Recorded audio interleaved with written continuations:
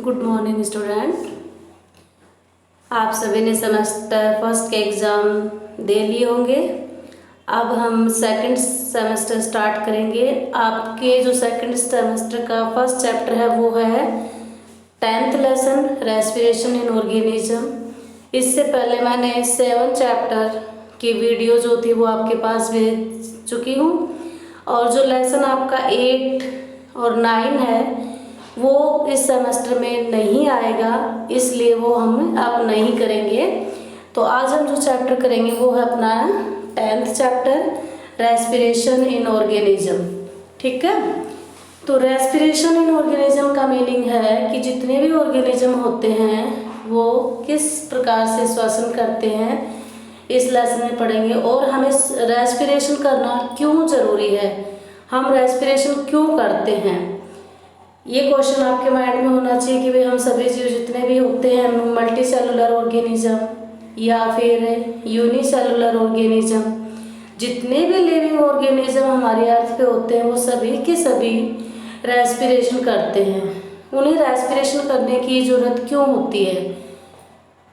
Why do we breathe या we respire, हम सांस क्यों लेते हैं? इस क्वेश्चन का आंसर ये होता है कि अगर हम सांस नहीं लेंगे, रेस्पिरेशन नहीं करेंगे, तो जो ऑक्सीजन गैस हमारी बॉडी के अंदर जाती है थ्रू रेस्पिरेशन, वो ऑक्सीजन गैस हमारे फूड को ऑक्सीडाइज करती है।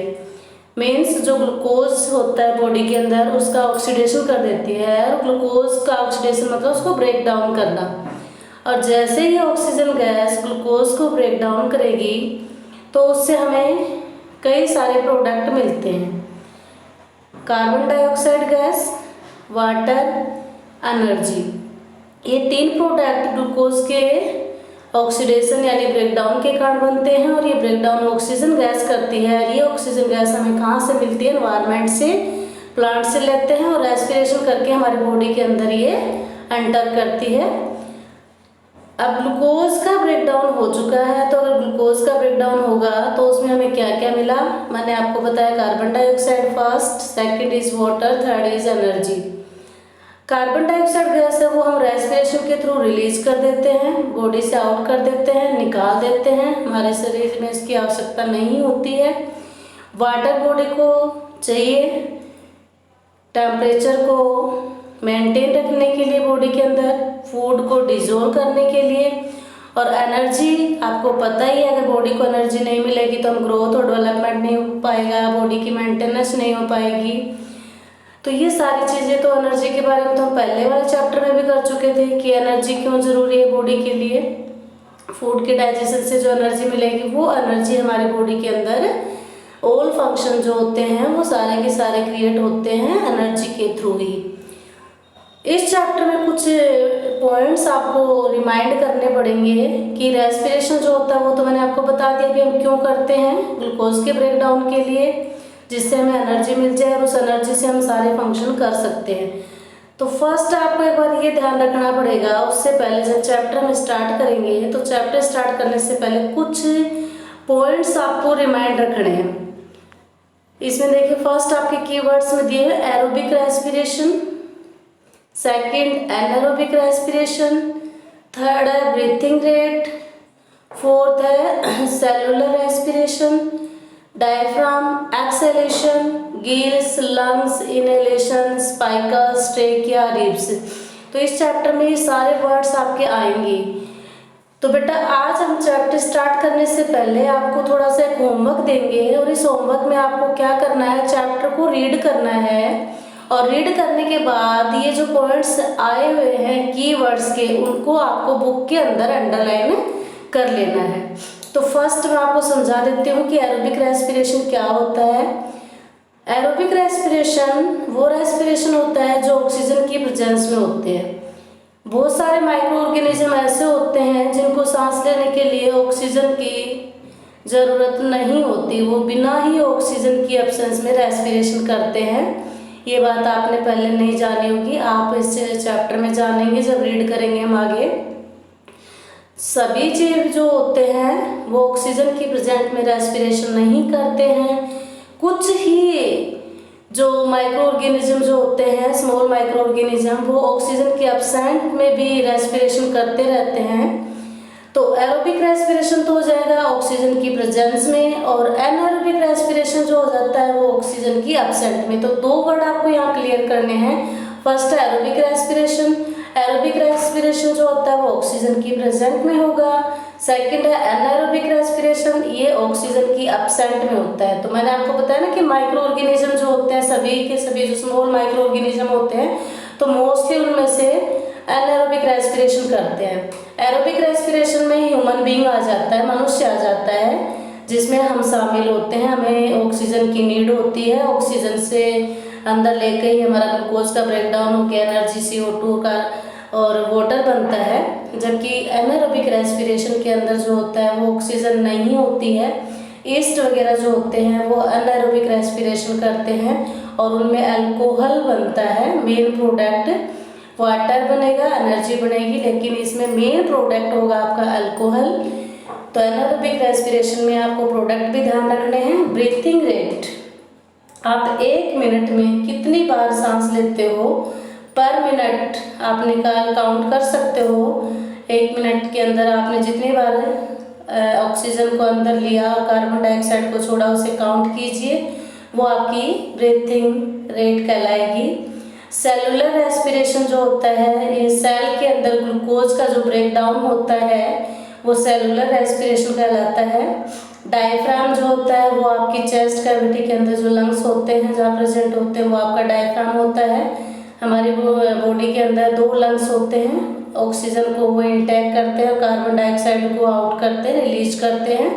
इसी कारण आपकी चेस्ट कैविटी जब हम सांस को अंदर लेते हैं तो डायफ्राम जो होता है उसकी साइज कम हो जाती है। जैसे साइज छोड़ोगे तो वो बाहर की तरफ निकल जाता है, तो वो आपका डायफ्राम कहलाता है। एक्सहेलेशन, एक्स और इनहेलेशन दोनों आएंगे, इसमें सिर्फ आपका एक एक्सहेलेशन दे रखा है। एक्सहेलेशन का मतलब कार्बन डाइऑक्साइड को छोड़ना और इनहेलेशन का मीनिंग होता है ऑक्सीजन गैस को अंदर लेना। गिल्स जो होते हैं वो एक रेस्पिरेटरी ऑर्गन है। ये ऑर्गन ह्यूमन बींग्स के अंदर नहीं होता। जो भी ऑर्गेनिज्म पानी के अंदर रहते हैं, जो एक्वेटिक एनिमल्स होते हैं, मोस्टली फिश, जिसके थ्रू वो रेस्पिरेशन करते हैं, उन्हें गिल्स कहते हैं।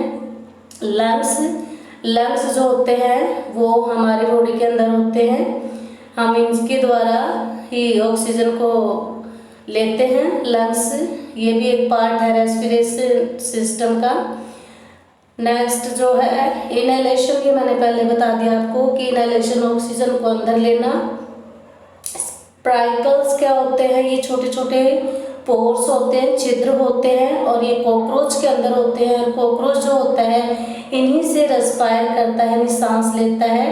Trachea is also a respiration part of human beings. Ribs यानी पसलियाँ, रिब्स चेस्ट कैविटी के अंदर होती हैं। 24 नंबर होते हैं इनके। 12 पेयर में होते हैं ये।